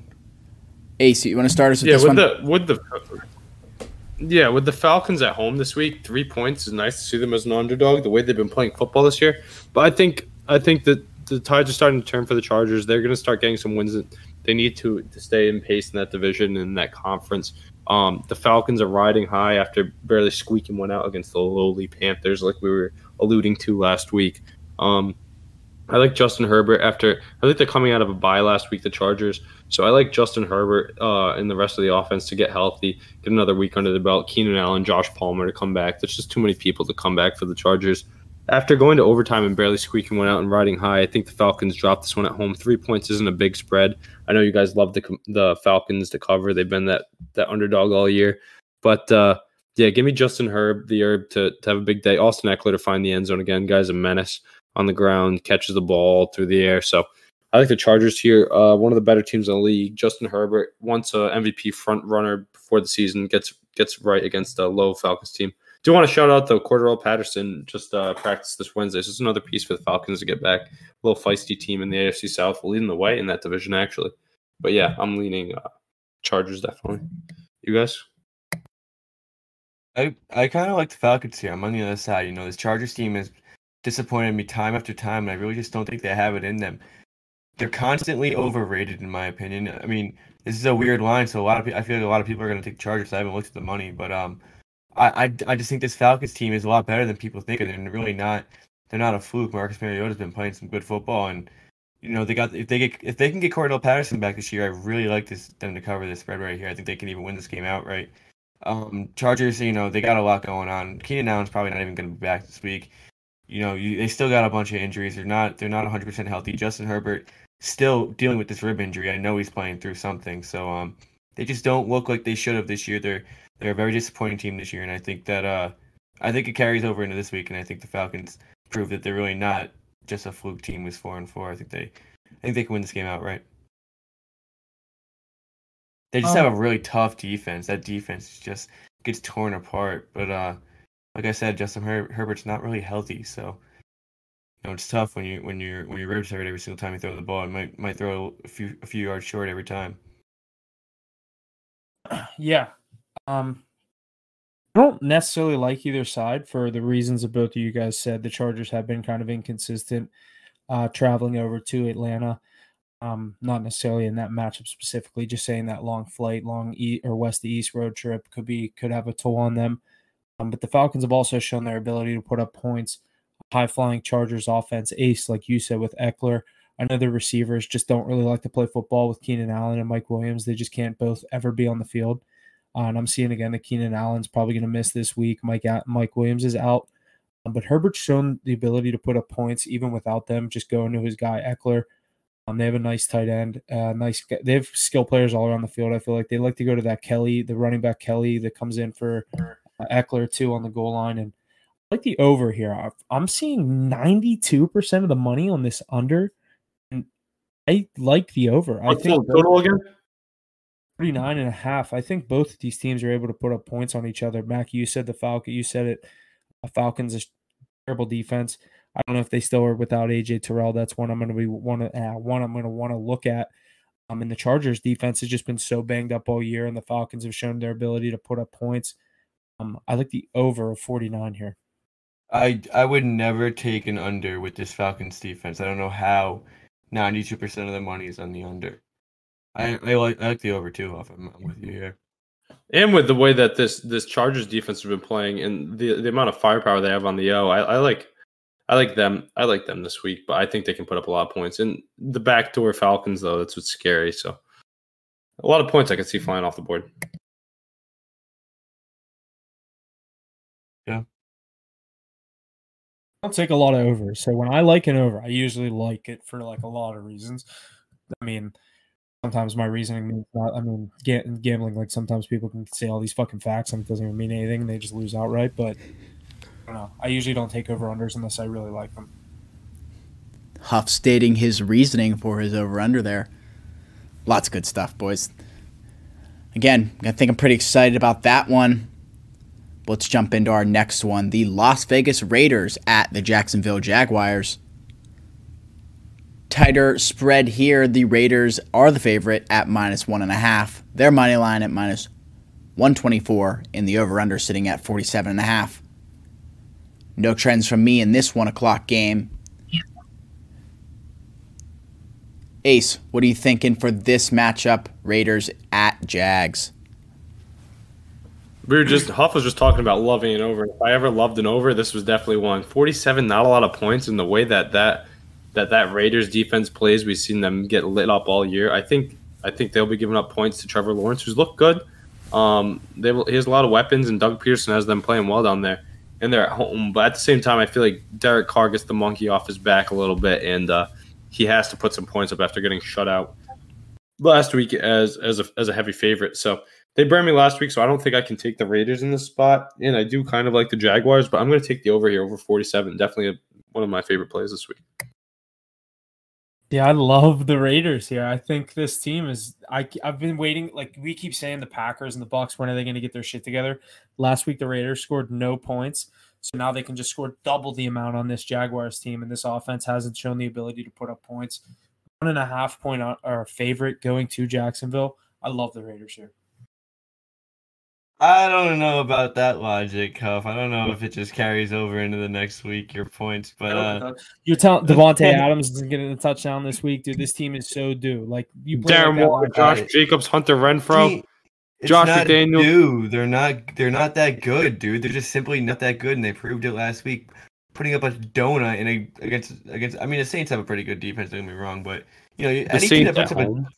any team that puts up a defense or any team that puts up a donut, come on, you can't have that much going for you, in my opinion. I like Trevor Lawrence and the Jaguars here. I think they get it done at home, and I just think the Raiders are so depleted right now. They had so much high hopes coming into the season, trying to fight for that. They thought they were going to be in a fight for that division. It's just like you're looking at a 2-5 record. You're not even beating the subpar mediocre teams, and I don't know. I like Trevor Lawrence at home here. I think he gets it done. I think they have a little more going for them than the Raiders do right now. I saw a stat today that Trevor Lawrence has never won a game that he has thrown an interception in, no matter what point of the game it was in. And he has the worst win percentage of a quarterback in NFL history through their first 25 starts. Well, the tide's got to turn at some point.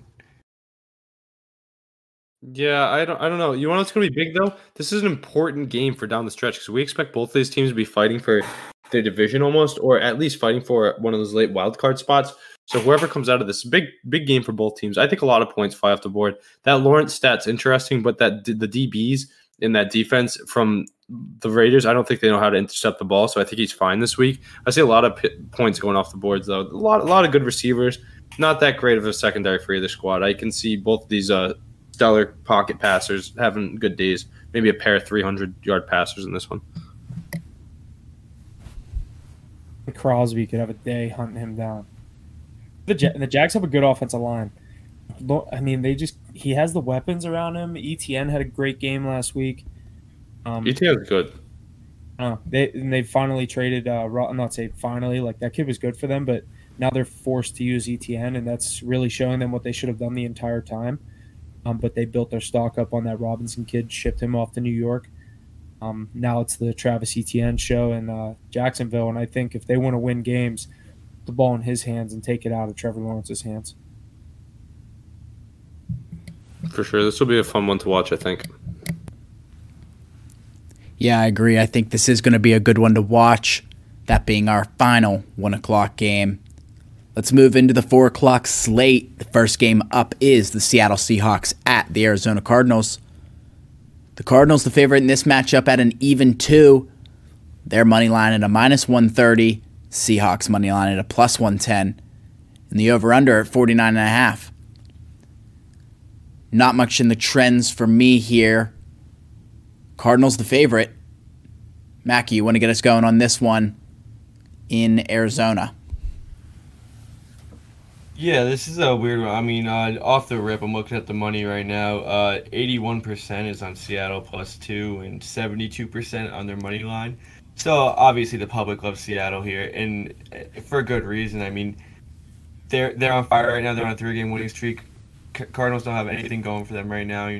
Cardinals are not a good team to play on their home field. They're worse on their home field than they are on the road. So, I mean, all signs point to the Seahawks right now, right? But I don't know. What's up, Ace? I agree with your stat saying that they weren't. I think I brought this up 2 weeks ago when they last played their home game that they ended up winning in the prime time. The 7 in a row or 6 in a row that they had lost previous to that home win to break the streak were DeAndre Hopkins-less Cardinals. And this was the point I wanted to bring up right away. DeAndre Hopkins is back. We can bet on the Cardinals. They're a good team. That division is going to get right. They deserve to get to a playoff spot like they did like they came close to last year. So I'd like them with D-Hop. But, Mac, you can make your point again. I just want to throw that in. Well, that's exactly what I was getting to, is that they now have DeAndre Hopkins back, and he's definitely a decision maker. You say Cardinals are a team that we can bet on again. I agree in the sense when you play teams like this. I don't think they're going to be a powerhouse. I don't think they're going to be a playoff team this year. I think they get a few more wins against their shittier opponents that they wouldn't win without him. But yeah, this is a game where they can actually win, and I think that his connection with Kyle Murray right now and the way that he's playing, just throwing the ball up and he's catching everything. So I just think that Seattle doesn't really have anyone on that side of the ball that can contest with DeAndre Hopkins. So I like Arizona here. I think they cover the spread, and I think they get a nice win here. This will be a big test for Tariq Woolen, the defensive back in Seattle. I've been pretty high on him all year. He's shown the ability to cover some of these elite wide receivers. Given Debo Say name again? his money and Tariq Woolen. He's number Out of, 27. do you know where he's out of? No, he's just been a dog all year for the Seattle. He locked up Cortland Sutton in that first game against Broncos. Him, Surtain, like there's a lot of corners I like in the Sauce Gardner. I sent you guys that today. I think those three are like elite young corners, but I'm right there with you guys. I love the Cardinals here. -2. I think they could win by a field goal on home and we win. Like, yeah. Maybe we can get a team Cardinal for once. This is 2-unit Cardinals territory. Especially with the money, like, come on.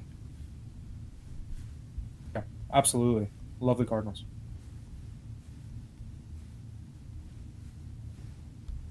Good stuff out of that first 4 o'clock game, Seahawks and Cardinals. Let's jump into our next one. I'm semi-excited about this one. I think it's going to be an interesting game. The Los Angeles Rams at the Tampa Bay Buccaneers. The Bucs the favorite here at -3. Their money line at -146 and the over-under at 42.5.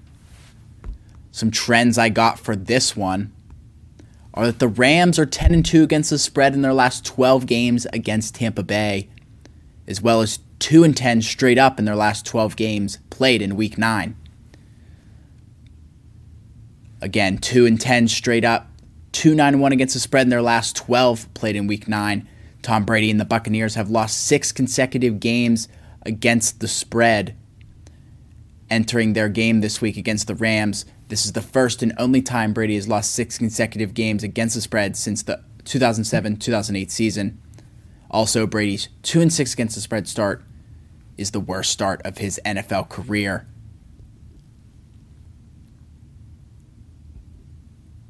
Coming into the season, this game was probably looked at to be one of the top 5 games of the year. And now we're looking at it as a dud. What do you even take on this game? I mean, both teams look like absolute shit. Both of them are stay away until they get right. I mean, this is a telling game, I guess, because both teams really need it, and it's so much star power on both sides of the ball. I like the Bucs still. I mean, there's just too much talent. The injured Matt Stafford is what scares me a lot. He did not want to say that. What? Huh? He said Bucs so hesitantly. You were like, I like the Bucs. I'm not betting this game. Dude, I mean, Bucs I still think the Bucs win that division. Oh yeah. I mean, yeah, they're only a game out right now, and obviously they're the best team in the division when playing to the best of their ability. Dude, they needed that win last week, and they played like shit. They have all year. Lamar and the Ravens are a little better than, or I could trust them a little more than the Rams, Stafford and the Rams right now. But still, I don't think they win this game. I don't think they beat any decently good teams. They just don't look like a good team at all, to be honest. Yeah, I agree. It's this game's going to be interesting though. It's definitely going to be a game I watch. One thing I think we've kind of strayed away from that we might want to get back to is Cooper Kupp. I mean, he's one of the best receivers in the league too, and he always eats. So there's a chance he misses this game. What'd you say? There's a chance he misses this game. He got injured late last week in their matchup. Oh, I did see that. Is that with the turf? People complaining about the turf with that injury? I forget what his actual injury is. I'm gonna see if I can find it here real quick. But yeah, I have him in fantasy. I saw he was listed as questionable. I didn't see the exact, like I said, what the injury is being classified as. I'm gonna see if I can pull it up on the score app right now. But without him, I don't see how much they can create offense, especially even without Shaq Barrett for the year. That Bucs defense is so good. Like honestly, I don't know how. Just has ankle. Yeah, I bet you he switches up. He likes to play through it, but I like the Bucs in this spot. Hesitantly, not betting it myself until either team shows their true colors. I certainly can't take the Rams without Kupp if he doesn't play. I just don't think you can bet on this game right now. It's so. Just two teams that just you have no idea what they're going to go out there and do. They just look awful. Kupp still looks good.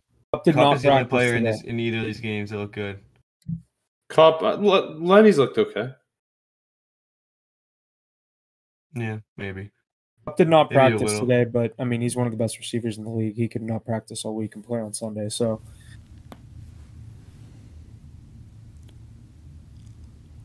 I'm with both of you. I can't even give a pick on this game. I don't even want my name attached to this game. Like my opinion. I will watch it though because whoever wins this game could have a potential to get into the playoffs. And if either team gets in, I wouldn't want to see them if I'm the Eagles. Yeah, Like that take. yeah. If one of these teams gets hot, if one of them makes the playoffs, they're going to do well. All right, that wraps up our 4 o'clock slate. Let's move into the Sunday primetime game, the Tennessee Titans at the Kansas City Chiefs. The Chiefs are our favorite here at minus 12.5, another pretty high spread. The money line sitting at minus 650 in the over-under at 46.5. The trends I got for this one are the Titans have covered 5 in a row, but did nothing at the trade deadline. The Chiefs are 1-5 against the spread in their last 6 games against the Titans, and the Titans are 1-8 straight up and 2-7 against the spread in their past 9 as the double-digit dog. What do we think is going to happen here? Ace, you want to run this one for us? Mackie.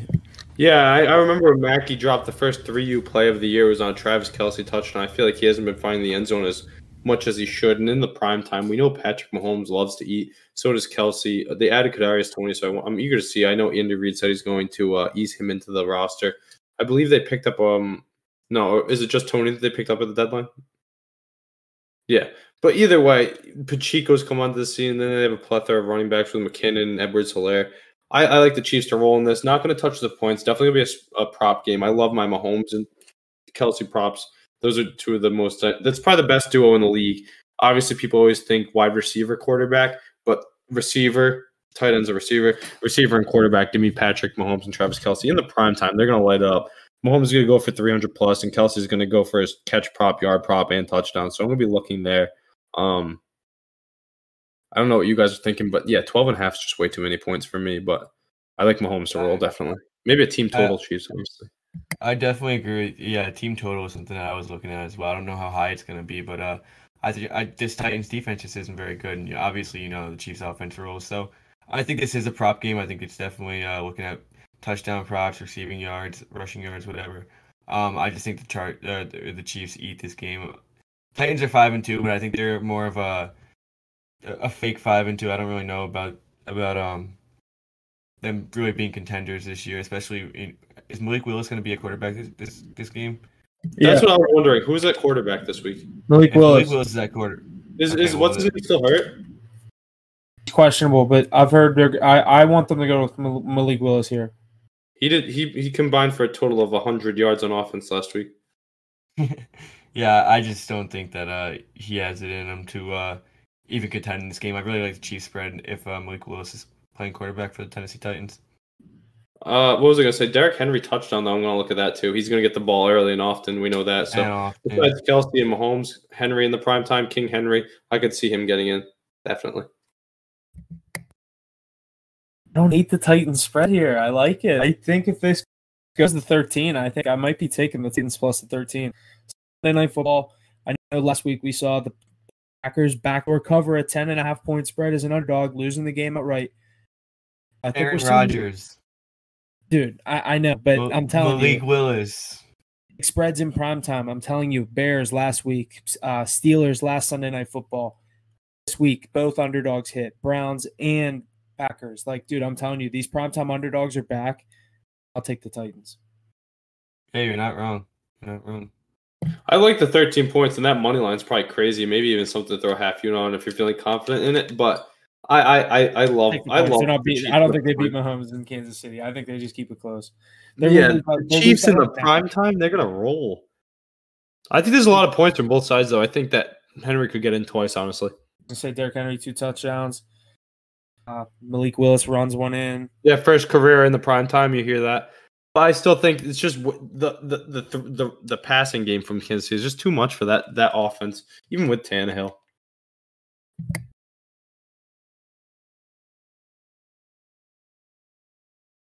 I think the spread's only going to get bigger, so I'm going to wait until Sunday.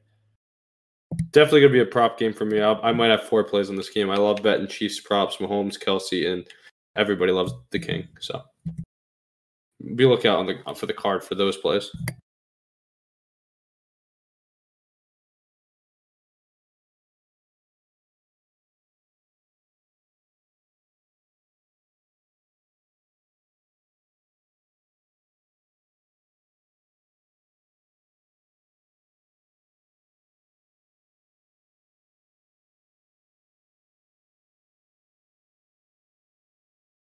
Good.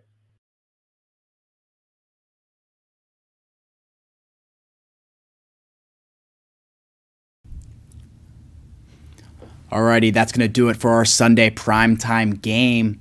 Let's jump into the Monday primetime game. We got the Baltimore Ravens at the New Orleans Saints. The Ravens are our favorite here at -2.5. Their money line is sitting at -138, and the over-under sitting at 48.5. Here on FanDuel, I see that 78% of the money is on Baltimore spread, and with that, the trends I have are the Ravens are 14-3 straight up in their last 17 non-conference games, as well as 5-12 against the spread in their last 17 games as the favorite. The Saints are 2-9 against the spread in their last 11 Monday night games, as well as 2-9 straight up in their last 11 games as the underdog. What do we think here? Some interesting trends to think about. Get your brain moving. 78% of the money on Ravens spread here on FanDuel.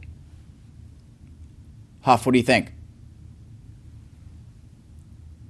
I don't know, because I just said my take about the Sunday night and Monday night underdogs have kind of been hitting, and I've been betting them, if not on the card, off the card, most of them. I didn't take the Packers. I did have the Browns. Last week I had the Steelers, and I think the Monday night game, Bears, yeah. So I don't know if I can go against it here. I think this is a weird game. A lot of money on the Ravens. Saints +3. I don't like it at all. At all. Yeah. I'm on the opposite side of you here, Huff. I mean, the Ravens just did this in prime time a week ago. They beat a better team in the Tampa Bay Buccaneers, I think, than the New Orleans Saints. But that Saints defense at home, Mackey said it earlier, with the way they played last week and shut out the Raiders, I know that Lamar Jackson and the Ravens are a whole different beast. I like the Ravens a lot here in this spot. This is a spot for them. 2.5 points is not a lot.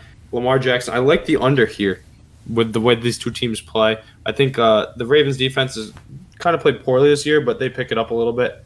And then with Lamar Jackson, I'm taking 2.5 points for sure, especially against this Andy Dalton-led team. What do you got? What are you thinking, Mackie? I think it's exactly. It definitely could be a trap game because Lamar Jackson and the Ravens should definitely be more than 2.5 point favorites in my opinion. Should be a 5.5 point spread. But I just think, dude, the only thing is that going into New Orleans and playing against that defense, their defense is very good at home, like Ace said. We just saw them shut out the Las Vegas Raiders. But I don't know. I feel like the Ravens are getting things going. I think Lamar Jackson's definitely getting things going. They're coming off 2 nice wins. Obviously, anytime you beat Tom Brady, it's a nice win. They struggled a bit in the beginning of the season.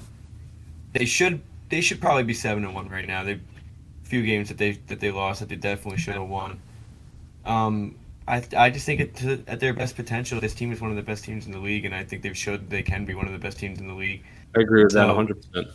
I won't be putting my money on it because they fucked me too many times, excuse my language, but I do think they definitely cover 2.5 points here against this Saints team.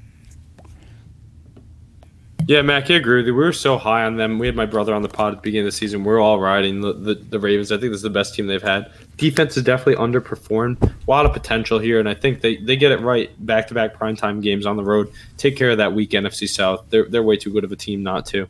I do like a slow-paced game here. A lot of running from both sides. So I'm liking Ravens in the under.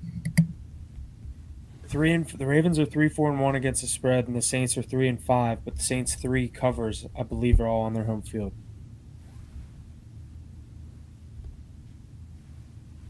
Look at who those covers are against, though. I think the Raiders Bucks. Yeah, those offenses are nothing like the Lamar Jackson. Even when your defense is playing great, can create offense. You know, That's And you're true. high on the Raiders. They just shut down that offense. I think the Ravens are a whole different beast, though. Like you've said, they've shut down pocket You passers. think Lamar is a different beast. You don't think the Ravens' offense because they have no No. receivers. Yeah, exactly. I think Lamar himself, when he wins football games, you know, Yeah, okay. he's an athlete. He's MVP. Well, he doesn't win football games because he blew a game against the Dolphins, he blew a game against the Bills, and he lost to the New York Football Giants. So, that's Barely, his though. biggest problem. That's his biggest problem this year is winning football games that he should be winning. So maybe we should take the Ravens in the first half now. yeah, it's definitely it's looking to be more profitable. I think they win this game. I definitely do. And I was just saying that to be a dick. I do love Lamar Jackson. I love this Ravens team, but him closing out games hasn't been as easy as it should have been this year. So this could.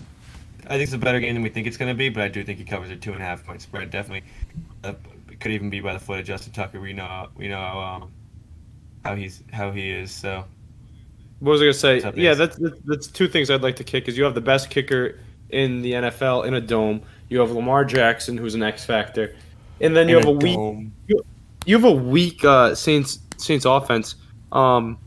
I think I don't know about you guys, but I think that the Ravens are the best team in the AFC North, and I think that the AFC South is the worst division, or the NFC South is the worst division in the NFL. So I think they should be able to handle business here. My theory. What about the NFC East? Oh, Mackie, it's because you just said that. I saw something I saved on Instagram about the NFC East. 23-8, if that's what you're referring to. That's their record. So the 23 wins by the NFC East so far this season are the most combined wins in a single division through Week 8 since division realignment in 2002. Dang. Wow. Okay. I'm even coming from a Cowboys fan. Look at the strength of schedule. It's actually pretty hilarious how bad the teams are that all of us play, dude. It's like insane.